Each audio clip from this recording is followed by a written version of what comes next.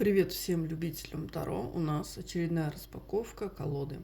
Заказывала на Валберес, ночью заказала, а днем уже колода была в пункте выдачи. Не знаю, почему так быстро, может быть, потому что сейчас канун Нового года, все очень много всего заказывают, и поэтому заказы приходят буквально сразу. В то же самое время купила колоду по нереальной какой-то скидке. Она у меня валялась в корзине. Думала, ну когда-нибудь, может быть, не знаю. Ну, хотела все-таки я ее купить, эту колоду. Вот видите, как упаковал. Сейчас скажу, это, по-моему, у нас Эксмо, издательство Эксмо. Вот так вот хорошо они все упаковали. Кустарная коробочка, конечно, вуаля. Вот вы уже видите колоду. Главное, что позаботились, упаковали. Хоть вот в такую импровизированную коробку, но все же вот такая вот эта штука. Давайте отложим ее в стороночку. Спасибо за упаковку. Спасибо, что доставили все в целости. Это у нас Таро Адама. Так, художница и автор Ева Аус. Ее ролики о этой колоде есть на YouTube. Я их просмотрела, и о Таро Евы, и о Таро Адама. Авторский обзор колоды. Я посмотрела на эти колоды и, знаете, больше по визуалу, ближе по визуалу мне пришлась колода все-таки Адама, а не Евы. Ну, не знаю, Ева мне как-то не зашла, не заходит. Может быть, потому что там более такие няшные картинки, более няшные образы, а мне ближе все-таки что-то такое побрутальнее, если можно так сказать, посерьезнее. Одним словом, мне ближе вот эта колода. Второй Евы покупать я не собираюсь и не хочу. Меня вполне устраивает то, что я видела на обзоре в этой колоде. То есть меня вполне устраивает визуал именно этой колоды. Думаю, одной колоды мне будет достаточно. Хотя колоды абсолютно разные, нету повторений. Все-таки Адам, он более какой-то прорисованный. Я ничего не хочу сказать в обиду тем, кому нравится Таро Евы. Она тоже прекрасная в своей стилистике, в той же самой стилистике абсолютно нарисованы колоды. Если сказать проще, Адам мне понравился больше. Бокс жесткий, но вот, например, если сравнить с колодой Таро снов очень тяжеленькая. Я не знаю за счет чего, почему. Ну, размер может быть, да, чуть пошире у Таро снов. Но вот эта колода, она прям тяжеленькая. А Таро Адама легкая. Ну, легче. Если сравнивать даже с Таро Гранд, она тоже тяжеленькая. Это все колоды Киро Маркетти. Они, ну, я бы не сказала, что картон здесь качественный, но коробочки почему-то тяжеленькие. Я даже не знаю, за счет чего. Вот. Сейчас посмотрим, что у нас будет внутри. Таро Z. Вроде бы коробочка меньше, да? Но Таро Z тоже тяжелее, чем эта коробка. Здесь же еще есть и книжка, а здесь просто инструкция. Вот такая вот. Ну, вот, видимо, здесь картон какой-то качественный, такой тяжеленький, вот кирпичик, полноценный кирпич.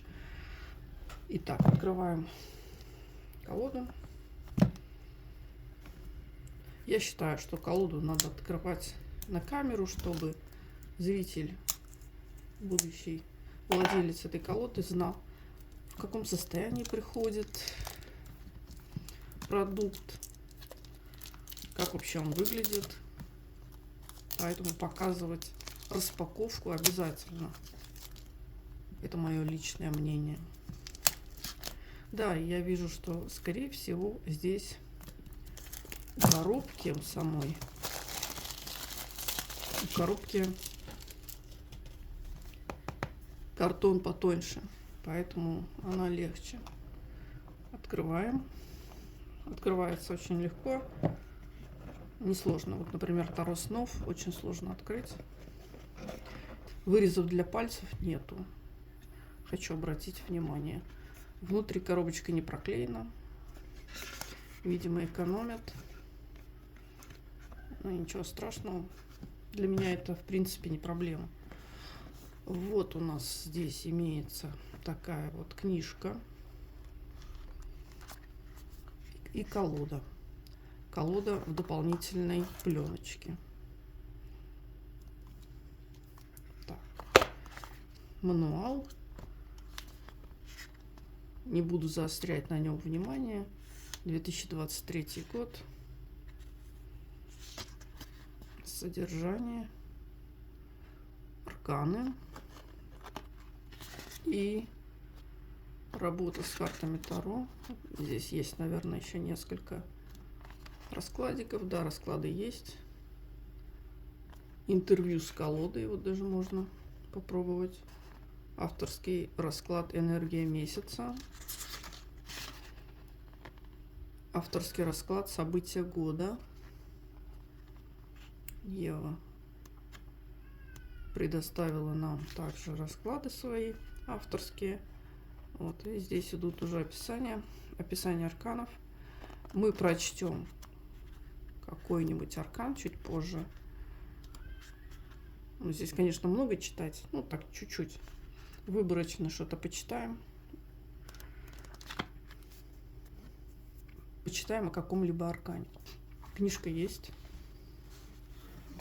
Колода. Ну, что у нас тут? Вроде все целое внутри. Посмотрите. Прям красота. Красотища. Это, конечно, у нас не жесткий картон внутри, а такая вот история. Со временем, конечно же, она может разорваться. Вот, но выглядит все очень симпатично. Очень приятно. Да, картон здесь потоньше, чем у Таро снов. У этой коробки. Коробка. Ну, в принципе, не тонкая, и на том и спасибо. Хоть какая-то плотность в этой коробочке, в этом картоне есть. Итак, колода. Сейчас я сразу хочу посмотреть размеры. Вроде бы она должна быть пошире стандартной. У нас здесь 7,5, да, чуть шире. Чуть шире на полсантиметра, чем стандартная колода. И что у нас здесь? А здесь у нас даже чуть меньше, чем стандарт. 11,8 сантиметров. Вот. 11,8. Давайте откроем. Освободим колоду от пленки. Видите, картон. Уж не знаю, что это за картон, но срезы серые. Прошу прощения, что шелестю. Но можете перемотать этот момент, кого раздражает шуршание. Итак, я прежде всего люблю нюхать колоду, по запаху определяю, что за качество. Угу. Запах есть, но небольшой. Так. И качество картона. Качество картона. Вот. Нормальное качество. Просто знаете, что меня смущает? Я не знаю, может, это такое первое впечатление, будто бы ламинация. Ну, она такая посредственная, такая, знаете. Ну, хотелось бы, конечно, ламинацию получше. Шут. Рубашечка очень красивая, очень приятная. Лимончики, чесночок, перчик, лаврушка. Красивая рубашечка.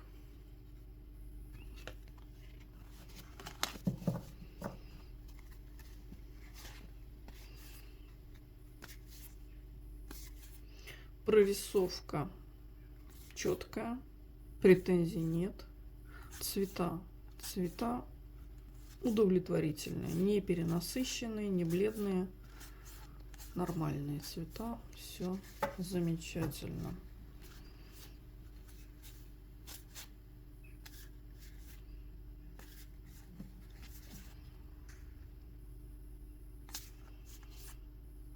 Давайте сделаем обзор галереи.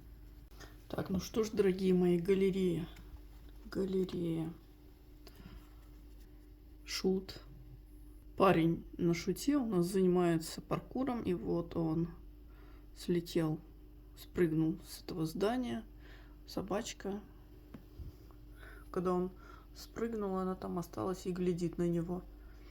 Вот такой вот у нас паркурщик изображен на шуте. Рыжий, молодой, бесстрашный, отличный персонаж. Мне вот этот шут очень понравился. Маг. Маг у нас в красивой одежде, под куполом, в каком-то соборе. Присутствуют элементы стихий, кубки, мечи. Вот он меч. Сейчас вот это жезл. За головой есть и пентакль. Вот такой вот у нас маг. Вот эта карта мне особенно нравится в этой колоде.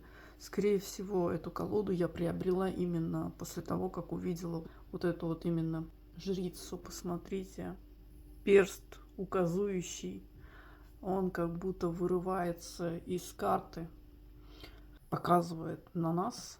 Очень реалистичная картина. Интересное художественное исполнение этой карты. Мне она очень понравилась. Смотрите, какой красивый собор, своды арочные, книга, ключ, монашеское одеяние. Очень красивая карта, очень. Безумно понравилась. Верховная жрица мне. Так. Идем дальше. Это у нас императрица, молодая девушка, сидит в вагоне метро. Девушка у нас в положении, цветочки. То ли метро заброшено, то ли просто там происходит какой-то хаос. Все валяется.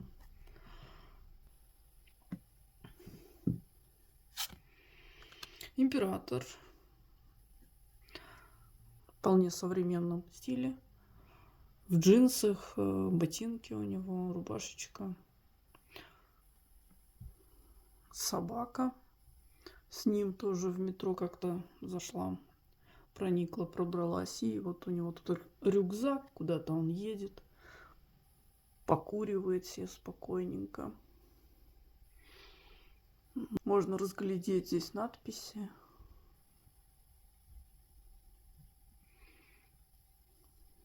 Тоже очень красиво исполнен император. Мне нравится стилистика, в которой выдержана колода. Это у нас иерофант, учитель. Он продолжает свой урок, продолжает лекцию, хотя все сбежали. Вот у меня по ощущениям, здесь даже видите такой дым, все сбежали с класса, а он даже этого не заметил. Может быть, знаете, звонок прозвенел, и все ринулись к двери, что аж, знаете, пыль поднялась. Скелетик, портреты, часы. Даже на доске есть какие-то формулы. Прикольно. Очень прикольный аркан. Иерофант. Влюбленные.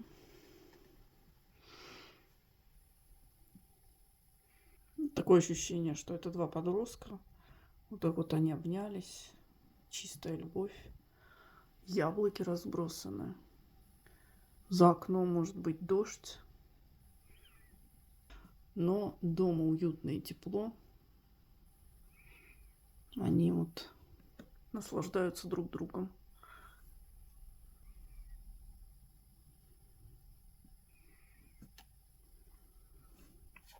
Может быть, почитаем, что пишет о влюбленных Ева Аус. Коротенько я вам прочту. Вот они, влюбленные. Слова-ключи. Командная работа, партнерство, любовь, соблазн. Значение карт. Дождь тихо стучит в темные окна, убаюкивая и навевая ощущение покоя. Свежий сырой воздух просачивается сквозь дверные щели.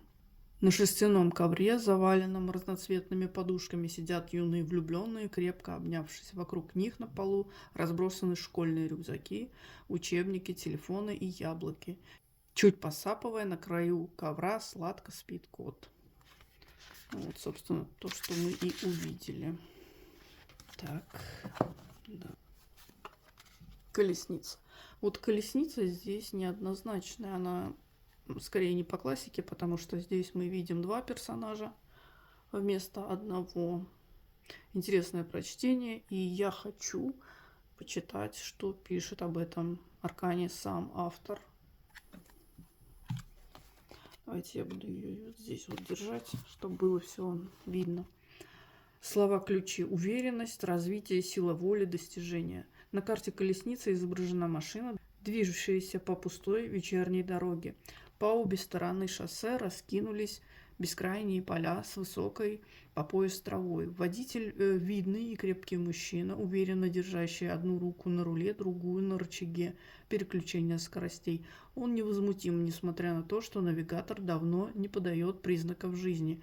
Ведь можно ориентироваться по дорожным знакам и карте, лежащей в бардачке. Бывшего военного не напугаешь такими мелкими неурядицами. И без радио, и без интернета можно спокойно жить.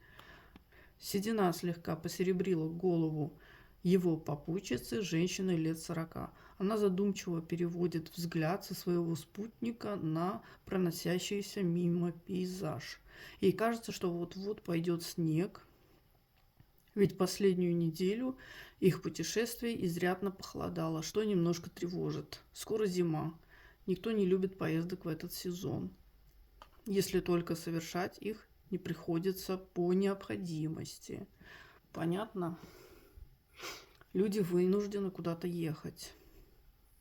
В последние 2 часа не попалось ни одного здания, пригодного для ночевки, лишь какие-то полуразрушенные хутора. Перспектива ночевать прямо в машине тоже не внушает женщине радости. Нет, уж лучше дорога, чем скрипучие развалюхи или лесные хищники. Хотя на заднем плане сиденья уютно, примостились походная палатка, спальный мешок, рюкзаки и теплое одеяло. От чего-то бегут, спасаются. Вот так можно понять. По задумке автора у нас происходит постапокалипсис. Случился какой-то коллапс в мире, и люди вынуждены спасаться, кто как может. Вот, что-то произошло. И теперь люди ищут убежище. Так, это у нас справедливость. Весы, книжки в каком-то помещении заброшенном. Здесь у нас книга «Юстиция», письма. Кто-то писал, вот даже есть телефон, лампочка.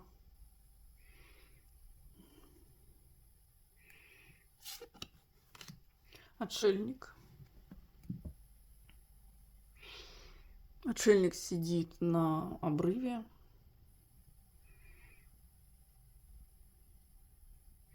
Фонарик рядом с ним и рюкзак. Смотрит вдаль. Погода. Видно, что похолодало. Виднеются снежинки. Скорее всего, это первый снег, потому что трава зеленая еще. Но вот так вот уже пасмурно.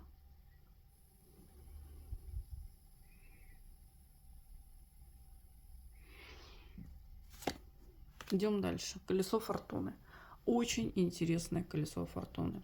Если вы приглядитесь в центре, вы увидите фигуру. Это младенец. Чуть подальше идет девочка. Еще чуть дальше женщина. Еще женщина постарше.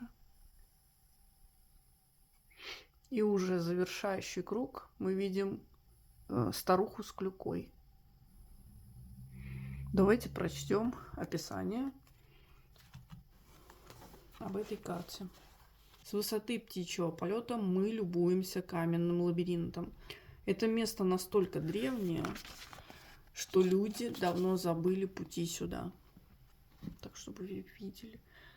Но можно предположить, что давным-давно во время его создания где-то рядом находился водоем. Сейчас сложно определить, так ли это.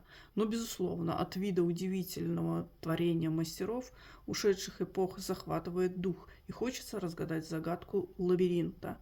Поговаривают, что это каменное строение раньше связывало наш мир с неким потусторонним обиталищем духов или иных существ. Пройдя спираль лабиринта, можно было очутиться в неведомом царстве. Если чуть прищуриться, то можно разглядеть в каменной спирали бредущие от центра фигуры: маленькую девочку, девушку-подростка, женщину средних лет и старуху, опирающуюся на палку. Хотя, может быть, вам просто показалось, и вскоре мираж растает. Такое вот описание. Дальше я читать не буду. Здесь, конечно, есть продолжение. Ну, вот такой вот у нас интересный аркан колесница. Есть над чем подумать. Сила. Девушка сидит, облокотившись на дикого зверя, волчара. Она абсолютно его не боится, потому что доверяет, знает, приручила, скорее всего, его. На мягком каком-то диване или кровати располагаются. Очень уютно.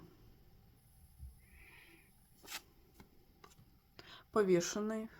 Сверху вниз, получается, мы смотрим на повешенного. Он подвесил сам себя за ногу, пытаясь, наверное, спрыгнуть, перелезть с крыши на дерево. Он нечаянно оступился и вот не сорвался только благодаря тому, что зацепился куском своей одежды за вот эту вот ветку.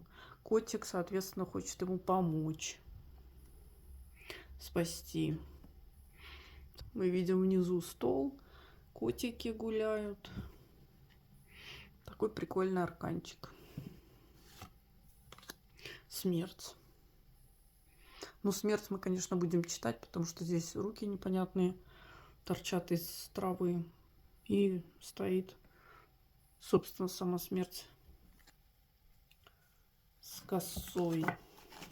Так, давайте это в сторону, чтобы нам ничего не мешало. Сейчас найду этот аркан. Смерть. Слова-ключи: окончание, трансформация, естественный конец. Старинный, заросший пылевыми цветами сад раскинулся перед каменной усадьбой. Неподалеку шелестят шины проезжающих автомобилей. Несмотря на запустение участка, трасса совсем недалеко. В этом уголке редко кто бывает. Лишь порой заходит молочник, оставляя заказ на пустом скрипучем крыльце. Да почтальон раз в месяц приносит письма и газеты. Некоторые говорят, что в этом доме живет одинокий старик, давно избегающий общества. Другие утверждают, что видели на крыльце старушку в старомодном платье с белыми кружевами. Как все обстоит на самом деле, никто не знает. Важно, что молочник получает плату и посылки доставляются вовремя. Сегодня же в предрассветном тумане в глубине сада виднеется таинственная фигура с косой, молчаливо ожидающая кого-то. Вот-вот взойдет солнце, и этот силуэт растворится в воздухе, словно его никогда и не было. Впереди сквозь спутанную траву видны руки неизвестного человека, невидимо лежащего в сорняках, без движения, без дыхания. То ли это старик из дома, то ли старушка, а может быть молочник или почтальон. Мы этого никогда не узнаем. Он будто уснул, прилег лишь на минутку. Важно только то, что в этом мире все рано или поздно завершается, приходит к своему концу, а затем трансформируется и обретает новую форму. Смерть не следует исключения ни для фермера, ни для короля. Встретит каждого, помогая пройти через доселе неизведанный опыт. Взяв за руку, она отведет туда, где восходит солнце, распахнет настежь врата, закрытые прежде. Вот, потом идет у нас описание, что значит карта в раскладе. Это я читать не буду. И вот тут еще какие-то значения. Да, вот описание в раскладах, в личных отношениях, в профессии и перевернутое положение. Не читаю. Умеренность. Парень сидит, вяжет на крыше дома. Вот. Обустроился удобненько. Здесь вот он что-то у нас уже связал. Вот. Виды какого-то города. Скорее всего, это Таллин, потому что автор очень часто в своих изображениях использует виды именно этого города. Ну, если я не ошибаюсь, конечно. Дьявол. Дьявол у нас прорисован в весьма современной стилистике. Он даже покуривает. Кстати, рожки у него из собственных волос скручены. Здесь спиртное, закусончик, соблазняет. Вот весьма интересный аркан. Это башня. И непривычное для нас изображение башни. Девушка с пистолетом. Все вокруг летит, крушится. Кто-то довел нашу женщину до такого состояния, что она готова прибить. Я хочу почитать, что у нас пишет Ева. Все на этой карте просто и понятно. Много вот тут не скажешь. На красном огненном фоне вальяжно стоит сам дьявол. Ой, боже, я ж дьявол читаю. Это ж надо. Я же башню хотела. Так, все, башню я нашла. Этим утром на, казалось бы, обычной кухне все вверх дном и кувырком. Тут же, будто при замедленной съемке, пролетают осколки утреннего завтрака. Медового мюсли, долек лимона из чая, молоко и кофе. Яркие и сладкие пончики жаль больше всего. Как бы было здорово их хотя бы надкусить. Посреди всего этого великолепия и хаоса стоит темноволосая женщина с суровым взглядом, нацелив огромный черный пистолет на кого-то перед собой. По всей видимости, один выстрел уже прозвучал секунду ранее, иначе тарелки бы не разбились. На шее героини ожерелье четкие из бусин сухих плодов дерева рудракши, и на руках темные перчатки. Вот так вот. Почему автор акцентирует внимание на этих бусах, я не знаю. Черные перчатки успела одеть. Если это все случилось неожиданно, почему она в перчатках? И где ее вторая рука?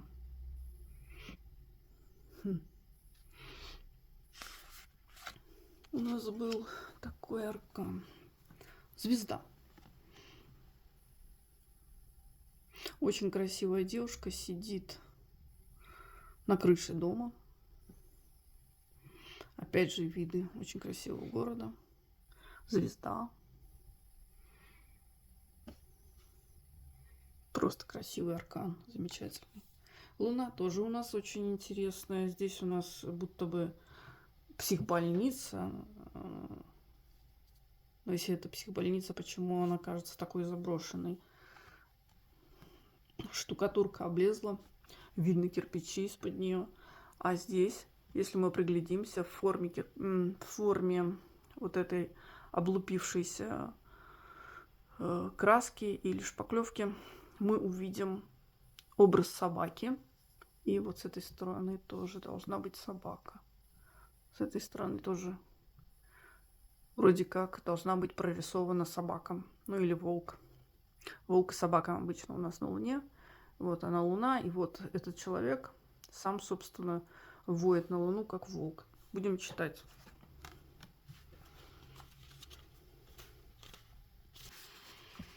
Комната в психиатрической лечебнице Святой Анны узкая и темная. Железная кровать со старым матрасом, крошечный неудобный стул с ржавыми ножками, да маленькая тумбочка. Вот и все убранство. По всей видимости, государство давно не выделяло никаких средств на ремонт этого заведения. Да, забавно. Даже краска потрескалась и практически слезла со стен до самого основания, обнажив красные кирпичи. Вот, я тоже задавалась этим вопросом только минуту назад. Пахнет сыростью и затхлостью. Где-то в углу, судя по редкому шороху, обитает мышь. Хотя герой рад даже такому, пусть и не самому лучшему соседству. Порой после скудного обеда, припрятав несколько хлебных крошек, он оставляет это лакомство под кроватью, откуда еда непременно пропадает. Возможно, палату с ним делила и не мышь, а крыса, или вовсе кто-нибудь иной. Какая разница, крыса или мышь? Но ему нравится ощущение, что жизнь проходит не напрасно, и есть возможность помочь, пусть даже таким ничтожным образом, хоть кому-то.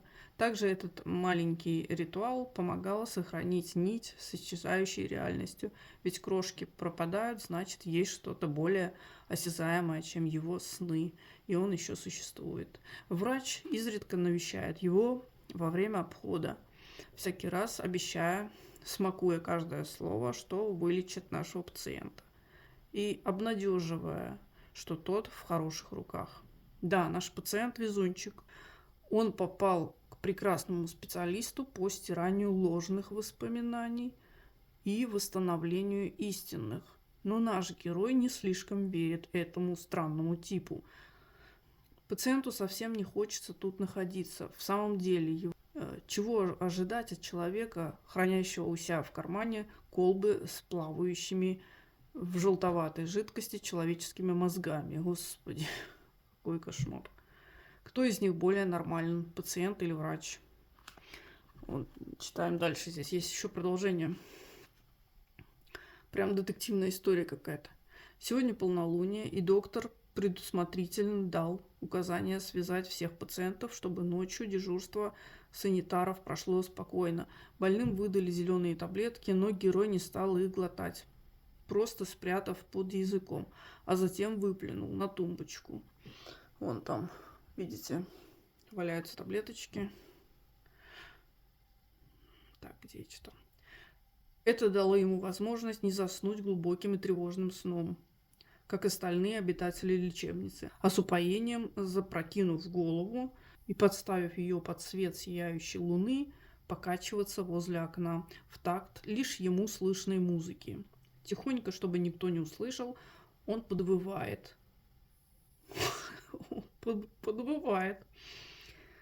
Он подвывает, как самый настоящий волк. Живущий в лесу, и тоска, и восторг разливаются по его горячему телу. Герою стало казаться, что он на свободе, посреди чащи дикого леса. Так, я продолжаю. Его красный язык вываливается из улыбающейся пасти. Уши широко расставлены и слышат каждый шорох.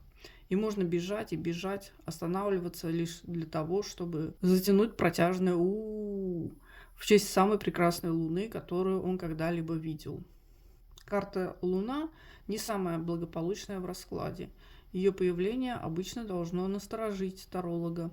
Речь может идти о чем-то тревожном, тайном, таящем опасность. указывать на заговор и обман, возможно, очень странные и необъяснимые события, связанные с неприятными эмоциональными проявлениями. Страхи также находятся под контролем этой карты.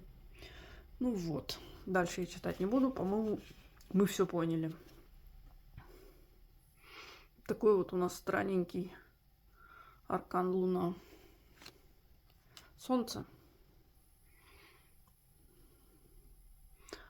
Девушка, катаясь на скейте, сделала какой-то кульбит. И вот сейчас упадет на кучу цветов. Ну, хорошо, что там была эта кучка. Забота. Природа сама о ней позаботилась. Или это провидение. Суд. Так, у нас здесь пацанчик сидит. Вокруг него странная обстановочка. Здесь у нас руки мертвецов, духи вокруг. В общем, место такое жутковатое. Здесь еще какой-то зомбак. И карта страшного суда тоже имеется. Будем читать. Что же делать? Так, тут у нас без книги и пояснения автора не разобраться. Сейчас, ребята, я найду вот как раз, чтобы вам был виден аркан, а я буду читать. Бежать больше было некуда. Весь мир, по ощущениям молодого человека, сегодня просто сошел с ума. Это настоящий апокалипсис. В самом деле, думал он, пока бежал, перепрыгивая через кособокие заборы, лишь для вида ограждающие дачные домики. Этим утром героя разбудил гулкий протяжный звук. Звук трубы? Вопрос. Но откуда, позвольте спросить, такая громогласная труба? И кому вздумалось воспользоваться ей в неполных 5 утра? Сердито вскочив из теплой постели, он выбежал прямо в пижаме на крыльцо, чтобы всыпать этому трубачу, мешающему спать, и обомлел. Нет, даже застыл от ужаса. Вы только представьте, дорогой мой читатель, весь данный участок, так любовно засеянный этой весной дедом героя, был разрыт, как будто 1000 кротов трудились всю ночь. Глубокие ямы зияли в сырой земле. Повсюду, куда ни кинь взгляд. Только недавно взошедшие побеги, выдранные с корнем, валялись по всей территории сада. Что это за ерунда такая? Вопрос. Протерев глаза, молодой человек, вернувшись наспех домой, натянул ботинки, схватил первый попавшийся рюкзак, телефон, который не ловил сеть в этой дыре на краю света. Никакой вам тут цивилизации. Во время летнего отдыха никакого интернета.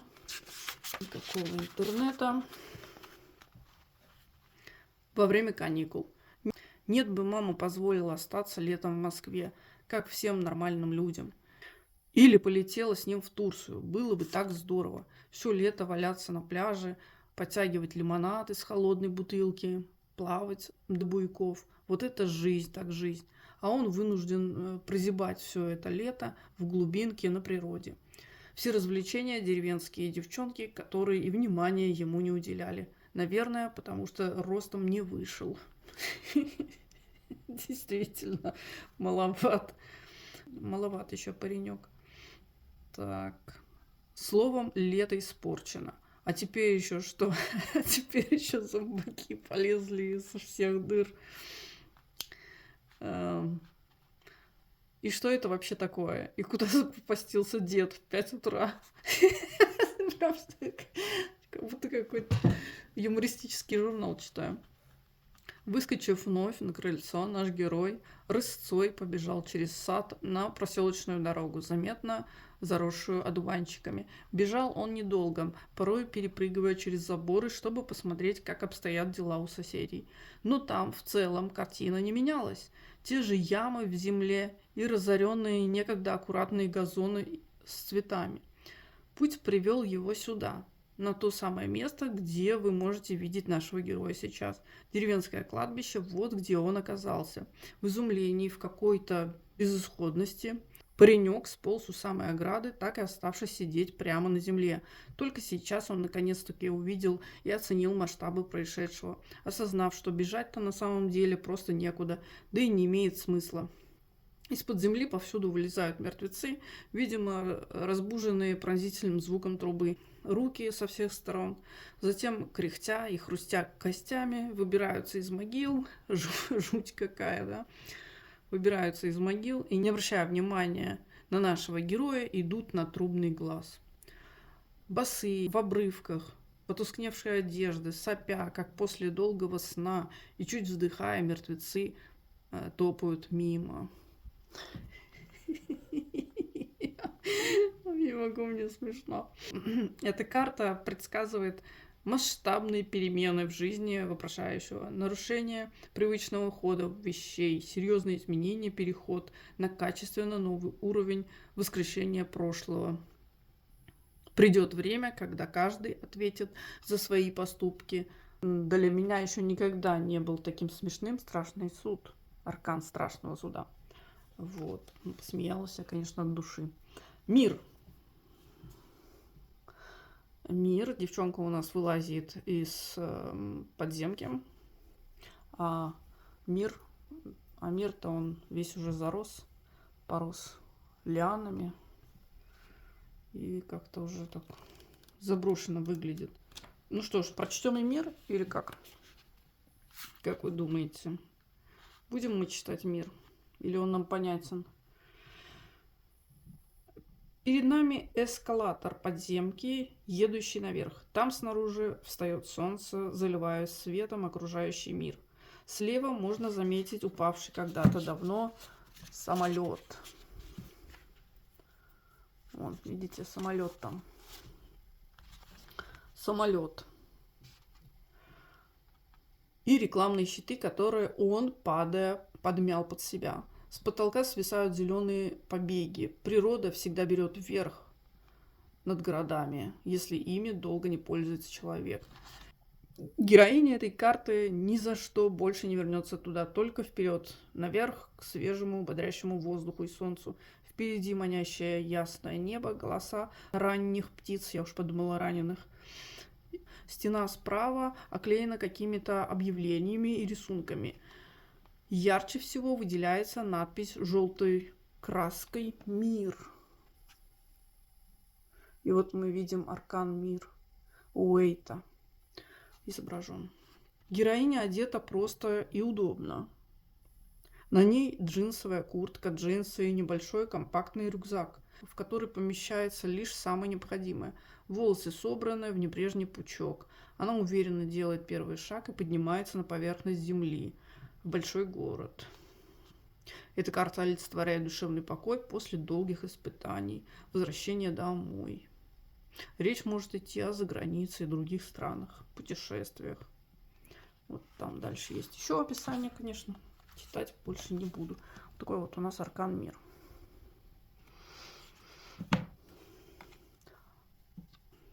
Также у нас присутствует дополнительная карта.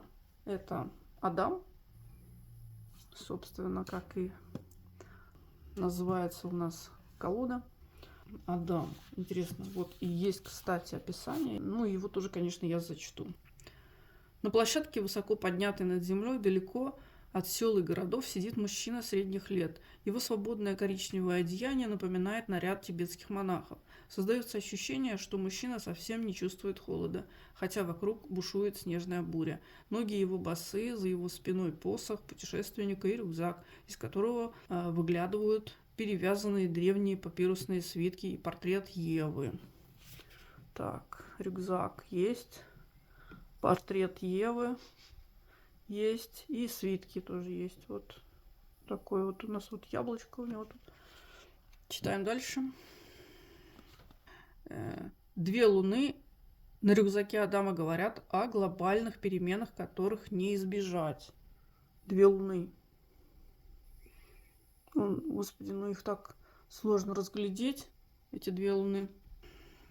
Вытянув вперед руку, он кладет надкушенное яблоко. Надкушенное яблоко – сладкий запретный плод. Это то самое яблоко, которое он некогда надкусил в раю перед тем, как был оттуда изгнан. Чудесным образом оно совсем не испортилось, несмотря на минувшие века и эпохи.